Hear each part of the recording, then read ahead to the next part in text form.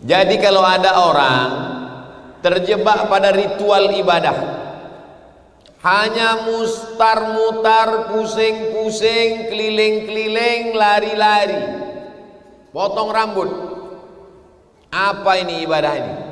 Maka sesungguhnya di setiap ibadah itu ada akhir tujuannya ada. Tegak, ruku, sujud, duduk antar dua sujud, tasyahud, salam. Tujuannya inna sholata tanha 'anil fahsya'i wal munkar.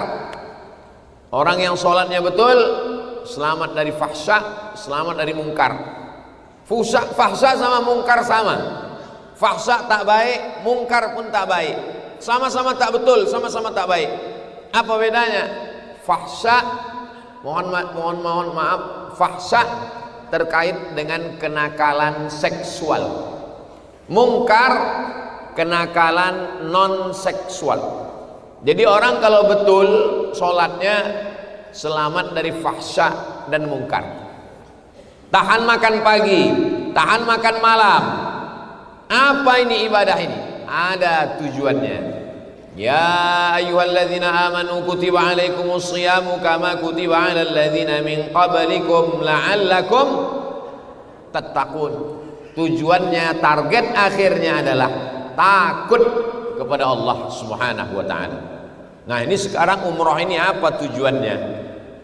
Berniat di miqat, beralih, mengelilingi Ka'bah 7 kali, Safa dan Marwah, potong rambut. Apa yang diinginkan dari ibadah ini?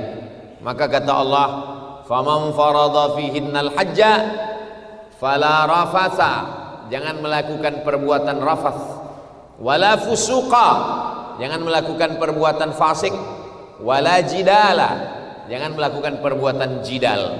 Lebih lengkap dari yang dua sebelumnya. Kalau sudah melaksanakan umrah, la rafasa, jangan nakal seksual, wala fusuqa, jangan nakal non seksual, wala jidala, jangan nakal secara lisan, lidah, sumpah serapah, caci maki. Mudah-mudahan ini yang kita bawa pulang ke rumah insyaallah. Adapun yang lain-lain sudah siap semua, dari mulai tempat celak, ceret kuning, inai, semuanya sudah siap. Betul Bapak Ibu? Betul, mengaku semuanya. Tapi persiapan ini, jadi apa asal muasal umroh akbar ini kita laksanakan? Melihat fenomena jamaah umroh terbesar di dunia, bukan dari Mesir, bukan dari Maroko, dari Indonesia. Berbondong-bondong, berduyun-duyun di setiap airport. Orang ramai. Saudara kita dari Malaysia, dari Brunei Darussalam, Asia Tenggara, begitu sampai ke tanah suci Makkah, jadi kita pun mulai berpikir, ini kalau jamaah cuma datang tawaf, sa'i, tahallul, pulang, kita ingin ada yang bisa diambil. Maka tentu saja dengan jumlah yang ramai, tak bisa saya semuanya mengiring untuk ke Masjid Qiblatain, ke Bukit Uhud, melihat Jabal Rumad, dengan segala keterbatasan. Akhirnya kita musyawarah dengan para ustadz asatiz kita, mereka alumni Al-Azhar, ada kakak kelas saya, ada seangkatan, ada adik kelas. Akhirnya kita sepakati, kita buat pengajian di Madinah 2 kali, di kebun korma.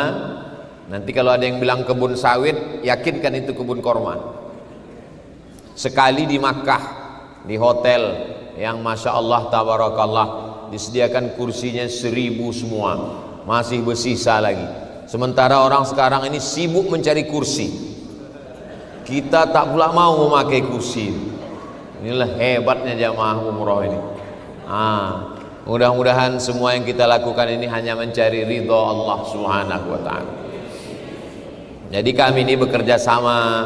Ada dari Aceh, Ustadz Nazar, itu kakak kelas saya. Ada dari Jambi, Ustadz Dahrizal Dahlan, itu kakak kelas angkatan 94. Ustadz Nazar angkatan 96. Ada Ustadz Hasbi dari Makassar, itu angkatan 97. Ada Ustadz Yuli angkatan 96, ada Ustadz apa namanya? Ada namanya Ustadz Hatta dari Kalimantan, Banjarmasin, itu angkatan 97, 96. Ada UAS dari Sumatera Barat, Ustadz Abdus Salam. Nah, itu adik kelas saya. Haji Saad dari Malaysia, sahabat kami yang mengatur jadwal saya. Kalau saya ke Malaysia, itu Haji Saad yang mengatur. Jadi kalau ada masjid yang tak dapat, jangan marah sama saya. Jadi kita ini ingin berangkat umroh, tersambung silaturahim, bisa beribadah, dan yang puncaknya adalah setelah umroh ini ada perbaikan kepada nilai ibadah. Di antara yang kita perbaiki ini adalah sholat. Nah, ini yang kita perbaiki. Memang nampaknya ibadah kita umroh, tapi orang yang umroh itu sholatnya insya Allah berkualitas. Kenapa? Karena tidak ada satupun sholat yang ditinggalkan selama di kota Makkah, kota Madinah. Subuh jam 4 sudah berangkat. Bahkan ada yang berangkat jam 2. Rupanya salah tengok jam. Memang jam 2 Pak Ustadz, kami mau tahajud di Masjidil Haram, Masjid Nabawi. Zuhur jam 11 sudah berangkat. Asar jam 2:30 sudah berangkat. Nyambung ke maghrib, nyambung ke isya. Makanya tidak banyak yang komplain tentang tempat tidur, tentang kamar.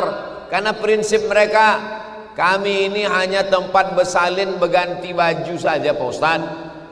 Kami ini bukan mau tidur. Kalau mau tidur bagus, kami makan pil tidur di kamar di Indonesia, di Malaysia, di Brunei. Kami ini semuanya mau beribadah. Jadi kualitas sholatnya, selama ini sholatnya sendirian. Dari mulai iftitah, fatihah, salam 2 menit selesai. Tapi selama di Masjidil Haram, Masjid Nabawi, rukuknya sempurna, sujudnya lama, ayatnya panjang. Jadi memang nampaknya ibadahnya umrah, tapi ibadah sholatnya menjadi berkualitas. Ini yang kita bawa pulang. Mudah-mudahan nanti sampai pulang sholat kita ini tetap lama insya Allah. Dari bunyi aminnya yakin saya. Kita jaga tumak ninahnya, kita jaga bacaannya, kita baca betul-betul dalam sholat, kita perbaiki. Ini yang ingin diharapkan selesai pulang dari umrah. Yang selama ini sholatnya hanya yang wajib-wajib saja, subuh, zuhur, asar, maghrib, isya. Tapi setelah pulang umrah, tahiyatul masjid, sholat sunat wudhu, sholat sunat tahajud, sholat sunat witir, sholat sunat duha, sholat sunat hajat.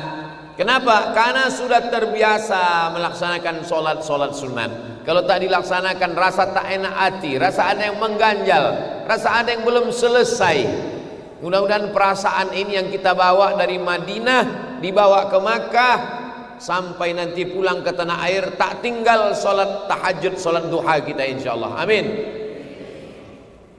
Bapak Ibu yang dimuliakan Allah Subhanahu wa taala, proses yang ingin dicapai dalam ibadah umrah ini, kata pepatah orang Melayu, alah bisa karena biasa. Terbiasa cepat ke masjid, terbiasa pulang lambat, terbiasa zikir pelan, terbiasa sholat jenazah, terbiasa sholat malam, terbiasa sholat. Inna awwala ma yuhasabu bil abdu yaumal qiyamah, yang pertama kali dihisab, dihitung, dikira dari seorang hamba adalah sholat. Idza sholahat, kalau sholatnya betul, sholat al amalu kulluh, amal yang lain ikut betul. Wa idza fasadat, kalau sholatnya rusak, zakatnya, puasanya, hajinya, fasadal amalu kulluh, yang lain ikut menjadi rusak. Alhamdulillah, selama di Makkah, selama di Madinah, iftitahnya memang betul-betul Allahu akbar kabira, walhamdulillahi katsira, wa subhanallahi bukratan wa asila. Karena memang tak ada yang mau dikejar. Waktu di tempat kita, Sholat zuhur jam 3.15, sholat asar 3.30. Wudhu zuhur ke asar. Orang pun heran nengok, wah hebat betul bapak ini sholat di awal waktu ya. Kata kawannya, itu bukan awal waktu, sholat akhir. Tapi ketika di sini slow. Kita dikejar-kejar, berangkat pagi, kejar masuk kantor, menjaga ruko, bisnis. Sholat siang, rapat, meeting. Sholat malam, capek, lelah, letih. Subuh ketinggalan. Tapi ketika di sini memang betul-betul kita proses selama 9 hari, 11 hari, 12 hari itu perbaikan sholat. Makanya di antara amal kita nanti yang pertama kali ditanya adalah sholat. Yang pertama kali anak-anak disuruh, kata Nabi, muru auladakum, suruh anak kamu bis sholah, suruh sholat. Wahum sab'a sinin, ketika berumur 7 tahun.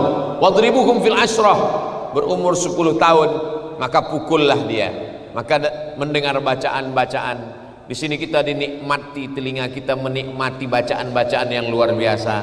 Maka setelah pulang nanti, yang belum pandai mengaji mulai semangat untuk belajar. Kenapa? La sholata, tidak sah sholat liman lam yaqra bi fatihatil kitab, bagi yang tidak betul baca Fatihahnya.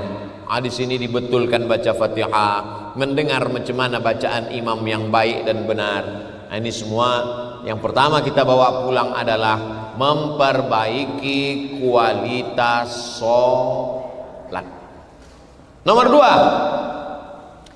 apa yang kita bawa pulang setelah dari sini? Zikir. Di mana-mana orang bawa tasbih, zikir. Di jalan zikir, di masjid zikir, selesai sholat zikir. Kenapa? Karena memang baru beli tasbih, kemana-mana bawa tasbih. Bagus. Jangan sampai ada jamaah beli tasbih 100, semuanya untuk tamu, tinggal 1, itu pun untuk mobil. Mobilnya masuk surga, orangnya masuk neraka. Na'udzubillah. Nah, jadi sisakanlah tasbih ini untuk suami 1, istri 1, anak. Ustaz Somad itu ceramah aja ngomong, dia tak ada buat tasbih. Ada tadi, kemana? Tinggal pula tasbih tadi. Oh ada. Dibeli hari pertama sampai Madinah, pas balik dari sholat subuh beli, habis itu pegang. Karena dengan memegang tasbih ini, apa yang Ustaz baca? 3. Yang pertama istighfar. Astaghfirullahaladzim, astaghfirullahaladzim, astaghfirullahaladzim. Yang kedua salawat, Allahumma salli ala Sayyidina Muhammad wa ala ali Sayyidina Muhammad. Yang ketiga afdalu dzikri la ilaha illallah. Zikir-zikir yang baik. Yang lain-lain bagus, bukan tak bagus. Subhanallah wa bihamdihi subhanallahil azim. Kalimatani, 2 kalimat. Khafifatani 'alal lisan, ringan di lisan. Thaqilatani fil mizan, berat pada timbangan mizan hari kiamat. Habibatani ilar rahman, disukai Allah. Subhanallah wa bihamdihi subhanallahil azim. Subhanallah wa bihamdihi subhanallahil azim. Maka zikir-zikir ini tak putus. Di antara semua zikir itu, kata Nabi sallallahu alaihi wasallam, man shalla alayya salatan, siapa yang berselawat 1 kali, sallallahu alaihi biha asyra, Allah balas 10 kebaikan. Wa huttan anhu asyara sayyi'at, ditutupi 10 dosa kesalahan. Wa rufi'at lahu asyara darajat, dinaikkan 10 derajat tingkatan kemuliaan. Ini zikir ini pun kita bawa nanti pulang, jangan putus. Kalau udah naik ke atas bis, mulailah ustaz-ustaz kita membimbing. Subhanalladzi sakhkhara lana hadza wa ma kunna lahu muqrinin wa inna ila rabbina lamunqalibun. Bismillahi majriha wa mursaha inna rabbi laghafurur rahim. Sampai ke Bir Ali, naik ke atas, mulut pun tidak diam. Labbaik Allahumma labbaik, labbaik la syarika laka labbaik, innal hamda wan ni'mata laka wal mulk la syarika lak. Itu semuanya adalah zikir. Masalul ladzi yadhkuru rabbahu wal ladzi la yadhkuru rabbahu kamathalil hayy wal mayyit. Perumpamaan orang yang berzikir dengan orang tak berzikir seperti orang hidup dan orang mati. Siapa itu orang hidup? Orang yang berzikir. Siapa itu orang mati? Orang yang tak berzikir. Jadi kalau ibu berzikir, suami ibu tak berzikir, berarti selama ini ibu menikah sama genderuwo. Na'udzubillah. Keluar surat genderuwo. Itulah pentingnya istri berzikir, suami berzikir. Ala bizikrillah, dengan banyak berzikir mengingat Allah, tatmainnul qulub, hati menjadi tenang. Subhanallah walhamdulillah wala ilaha illallah wallahu akbar. Waktu tawaf tak bisa baca, mau dibaca tulisan takut telungkup, mau didengar bacaan pembimbing bercampur pula sama bacaan orang India sebelah, sama Afrika, India kiri, Afrika kanan, mau dibaca tak terbaca. Apa saya zikir sendiri, subhanallah walhamdulillah wala ilaha illallah wallahu akbar. Jangan sampai bingung, mau baca tak terbaca, mau dengar tak terdengar. Kawan bertanya sebelah, apa yang kau baca? Aku pun tak tahu. Subhanallah walhamdulillah wala ilaha illallah wallahu akbar. Jadi zikir ini Masya Allah. Baca Quran zikir. Subhanallah zikir. Alhamdulillah zikir. Allahu akbar zikir. Tahlil la ilaha illallah zikir. La haula wala quwata illa billah zikir. Subhanallah wa bihamdihi subhanallahil azim zikir. Zikir. Mulut menyebut, hati mengingat, pikiran sadar. Itu zikir. Mulut menyebut, hati mengingat, pikiran sadar. Itu zikir. Sebab banyak juga orang mulut menyebut, pikiran tak sadar. Itu namanya mengigau. Pikiran tak sadar. Ada orang pegang tasbih. Makin cantik nampak orang lewat, makin kencang tasbih. Itu tak sadar. Itu di luar kesadaran. Kita ini di dalam Islam kita diajarkan sadar. Semua yang kita lakukan ini kita sadar. Waktu masuk ke toilet, kita mesti sadar yang masuk itu kaki kiri atau kaki kanan. Kaki kiri, banyak yang sadar, tapi pas mau masuk, pas sudah keluar tak ingat, mana tadi? Waktu masuk masjid, kita sadar bahwa yang masuk itu adalah kaki kanan, dan yang dibaca adalah Allahumma, lupa pula baca masuk masjid, Allahumma ftahli abwaba rahmatik. Waktu mau masuk toilet, kita sadar bahwa yang masuk itu adalah kaki kiri, dan mulut kita menyebut, hati kita mengingat Allahumma inni a'udzubika minal khubuthi wal khaba'is. Waktu naik kendaraan, kita sadar dan hati kita ingat, mulut kita menyebut subhanalladzi sakhkhara lana hadza wa ma kunna lahu muqrinin wa inna ila rabbina lamunqalibun.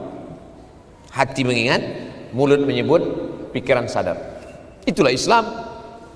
Orang yang tabrakan, kalau ditanya, mohon maaf, nauzubillah, apa yang kau alami tadi? Saya rasanya Pak Ustadz macam mimpi aja, hilang kesadaran. Orang Islam tidak boleh hilang kesadaran. Dia tetap sadar. Dari mulai dia bangun tidur sadar, alhamdulillahilladzi ahyana ba'dama amatana wa ilaihin nusyur. Pas mau tidur pun dia sadar, bismika Allahumma ahya wa amut. Sekarang ini kita sedang berhadapan dengan orang antara sadar dan tak sadar. Bangunnya tak sadar, tidurnya pun tak sadar, tiba-tiba mati saja. Maka kita ini sadar-sadar sampai pada akhirnya kesadaran itu dicabut Allah, dan kita ingin saat kita kembali kepada Allah dalam keadaan berzikir. Ya Rasulullah, ayul amal khairun, di antara semua amal ini apa amal yang paling baik? Kata Rasulullah, antufariqad dunya, kau mati meninggalkan dunia, walisanuka ratbun, lidahmu dalam keadaan basah berzikir mengingat Allah. Itulah orang yang mati dibisikkan ke telinganya, la ilaha illallah. Apa yang sering kita sebut, apa yang sering kita ingat, apa yang sering kita sadar, itulah yang akan datang waktu kita sakratul maut. Dan ketika berada di Makkah Madinah, kita banyak sadar, kita banyak ingat, kita banyak nyebut. Hati kita ingat, mulut kita menyebut, pikiran kita sadar. Kira-kira yang saya sebut ini betul apa tak betul? Andai Bapak bilang tak betul pun saya teruskan juga sampai jam 2.25. Ustaz Somad sampai jam 2.25. Jangan sampai tidak berzikir. Saya sudah share ke grup-grup supaya nanti bagikan zikir-zikirnya. Ini bacaan pagi, bacaan siang, bacaan malam. Yang ini non stopnya share ke grup-grup. lalu grup men-share ke anggota, ada yang sakit di rumah sakit, saudara yang terbujur kaku di ICU, ada ini rekaman MP3 habis subuh, habis maghrib, mau tidur malam, yang ini bunyikan di speaker non-stop supaya dia mendengar. Jangan sampai dia kesunyian sendirian di dalam. Anak tak boleh masuk, istri tak boleh masuk, security di luar, dalam kosong ruang. Macam-macam godaan setan datang. Allazi waswisu fi sudurin nas minal jinnati. Di sini kita ingat semua. Masuk masjid ingat, duduk di masjid ingat, sholat ingat, selesai sholat ingat, pulang lagi ingat. Saya merasa waktu ini pendek sekali. Pagi subuh berangkat ke masjid, pulang dari masjid ke sana kemari, habis itu zuhur, lalu kemudian melanjut ke asar, habis asar ke maghrib, habis itu ke isya, habis itu ke malam, begitu lagi. Tak terasa besok sudah hari Jumat, habis itu hari Sabtu, habis itu kami akan pulang. Begitulah cepatnya perputaran hari ini. Mudah-mudahan setiap detik, menit, waktu, hari, jam itu semuanya bernilai zikir insyaallah. Amin ya rabbal alamin. Yang ketiga yang kita bawa adalah ketekunan membaca Al-Quran. Makanya di Masjidil Haram itu rak-rak Quran itu. Berapa kali ibu dipegang orang bahu minta ambilkan Quran sama minta balikkan Quran. Tepuknya bahu saya. Orang entah India, entah Pakistan, entah Afrika, pegangnya, suruh balikkan Quran. Sudah ambil Quran, saya tengok kanan kiri. Oh, tak ada jamaah nengok. Malu juga kita kan, ustaz disuruhnya balikkan Quran. Enggak. Siapa kita? Semuanya di hamparan butiran debu dalam samudera kuasa Allah Subhanahu wa taala. Kita dipepuk orang bahu kita untuk meletakkan Quran atau dia minta ambilkan Quran. Tapi coba kita pikir berapa kali kita minta ambilkan Quran sama orang, dan berapa juz yang kita baca. Saya orangnya tidak suka mendikte-dikte indah, tapi waktu kosong itu kita isi sholat sunat, berzikir, baca Quran. Akhirnya azan, habis azan sholat sunat, baca Quran, zikir, akhirnya qomat. Habis qomat, duduk, zikir. As-salatu ala al-amwati yarhamkumullah. Apa kata dia itu? Orang mati. Berapa orang? Entahlah, pokoknya sholat jenazah aja. Aku sholat jenazah seperti niat imam lillahi ta'ala. Kalau sholat jenazahnya satu, Allah maghfir lahu, Pak Ustaz. Kalau jenazahnya dua, Allah maghfir lahuma. Kalau jenazahnya banyak, Allah maghfir lahum. Kalau laki-laki, Allah maghfir lahu. Kalau perempuan, Allah maghfir laha. Kalau perempuan semua, Allah maghfir lahunna. Kalau bercampur laki-laki, perempuan sama anak-anak, Pak Ustaz, baca aja Allah maghfir lahu semua. Sah, sampai. Andai tak mampu merubah dhamir, tetap sampai. Kalau sanggup merubah dhamir, buat. Andai tak mampu, Allahumma ighfir lahu warhamhu wa'afihi wa'fu anhu wa akrim nuzulahu wa wasi' madkhalahu waghsilhu bil ma'i wal thalji wal barad wa naqqihi minal khataaya kama yunqqa thawbul abyadu minad danas wa abdilhu daran khairan min dahrihi wa ahlan khairan min ahlihi wa qihi min fitnatil qabri wa adzabin nar. Allahumma la tahrimna ajrahu wa la taftinna wa ighfir lana wa lahu wa li ikhwanina alladhina sabaquna bil iman wa la taj'al fi qulubina ghillan ladzina amanu rabbana innaka raufur rahim. Saya tak hafal yang panjang Pak Ustaz, pendek aja yang hafal. Allahumma ighfir lahu warhamhu wa'afihi wa'fu anhu. Lebih pendek dari itu lagi Pak Ustaz. Allahumma ighfir lahu warhamhu. Yang itu pun tak juga Pak Ustaz. Diam aja. Diam aja. Sah. Yang penting baca Fatihah, baca selawat. Doa itu diam. Dalam hati, maafkan jenazah-jenazah ini ya Allah. Jangan diucapkan di mulut. Kalau diucapkan di mulut batal sholat. Yang penting ikut kita. Untuk apa ikut? Ini kan fardu kifayah, sudah dilaksanakan sebagian orang, gugur kewajibannya. Ya, tapi kita ingin mendapatkan doa. Maka kalau kita menyolatkan jenazah orang, insya Allah jenazah kita pun nanti akan disolatkan, didoakan orang ramai insya Allah. Syaratnya satu aja, mati dulu. Kalau tak mati cuma orang mau doain kita. Jadi selama kita di sini, tiga ini poin. Yang pertama, memperbaiki sholat. yang kedua berkualitas zikir, yang ketiga membaca Quran. Nanti pulang ke rumah, maghrib, isya, anak, cucu, jangan kalian ganggu aku. Saya selama di Makkah sudah maghrib, isya kami tak keluar dari masjid. Maka selama di rumah ini jangan kalian ganggu saya. Mak, boleh kami ganggu? Jangan ganggu. Ini ada martabak sama mie ayam. Oke. Sebagaimana kita di sini maghrib ke isya tak pulang, maka kita di rumah maghrib ke isya kita khususkan 45 menit zikir baca Quran. Maka masya Allah tabarakallah berkualitas semuanya. Itulah yang mau kita inginkan, sehingga kalau sudah jamaah ini pulang dari umrah, solatnya berkualitas, zikirnya berkualitas, bacaan Qurannya baik, maka insya Allah kaum muslimin muslimat yang ada di Indonesia, di Malaysia, di Brunei Darussalam, kita semua menjadi kuat dan negeri kita baldatun thayyibatun wa rabbun ghafur. Itulah yang mau kita harapkan. Jadi bukan sekedar datang pergi umroh, foto-foto, foto penting, bukan tak penting, tapi dicetak. Karena kalau disimpan di handphonenya penuh, reset, habis hilang. Dicetak, letakkan. Setiap menengok gambar, ingat kita, oh si Fulan, tunjukkan sama kawan, tunjukkan sama anak. Ini nak kami kemarin waktu umroh 2023, ini mati, ini meninggal. Nah, tinggal aku lagi sendiri sekian. Bapak ibu masih ada tak nyimpan foto? Pas ditengok tinggal kita aja lagi yang hidup. Saya ada foto saya, kawan-kawan saya itu pergi udah semuanya. Begitulah rupanya Allah memilih kita, dikasihnya kita hidup untuk apa?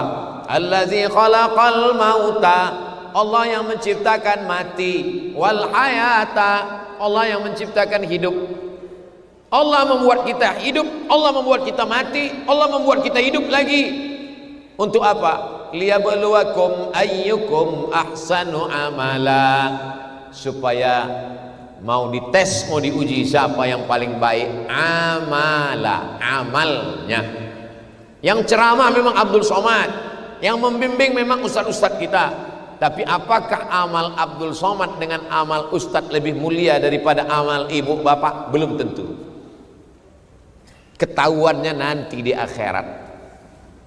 Doakan supaya amal Ustaz Abdul Somad lebih baik. Tengoklah tulusnya hati jamaah. Padahal yang saya minta saya lebih baik. Amin katanya. Itu kan menunjukkan hatinya bersih. Kebersihan hati itulah yang kita bawa menghadap Allah. Yauma la yanfa'u malun wala banun.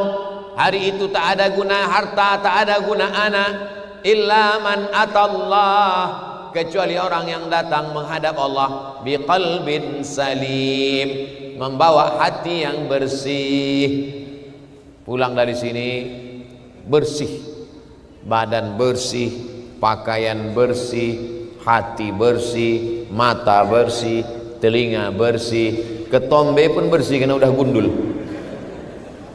Kharaja ka yauma waladathu ummuh, keluar dia dari umrah seperti keluar dari rahim ibunya. Macam mana orang keluar dari rahim ibunya?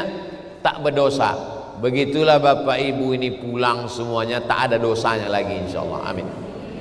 Tapi utang ada.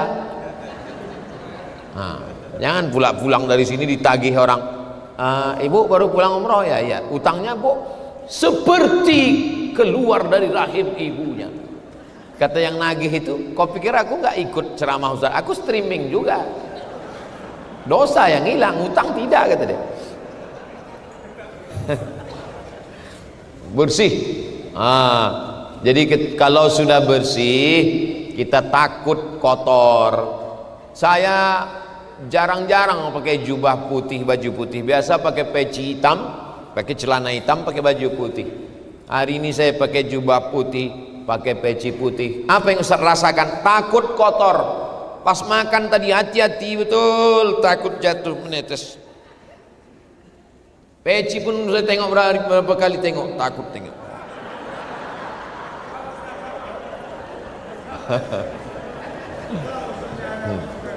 Banyak orang yang enggak tak kenal dengan saya sejak saya gundul.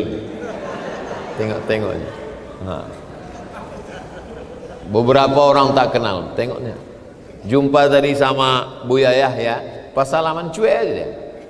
Udah jauh dibilang, mana Ustaz Somad? Itu, Ustaz Somad kata dia. Habib Syekh gitu juga, Ustaz Somad kata Syekh. Kiai Faurok dari Madura gitu ya, udah salam, Ustaz Somad kata. Jumpa Kiai dari Langitan, Ustaz Somad kata. Lama saya pikir, rupanya bayi ini banyak yang nggak kenal. Bapak Ibu yang dimuliakan Allah Subhanahu wa taala. Kalau kita megang anak kecil, kita pegang anak kecil, mohon maaf ya, pegang anak kecil.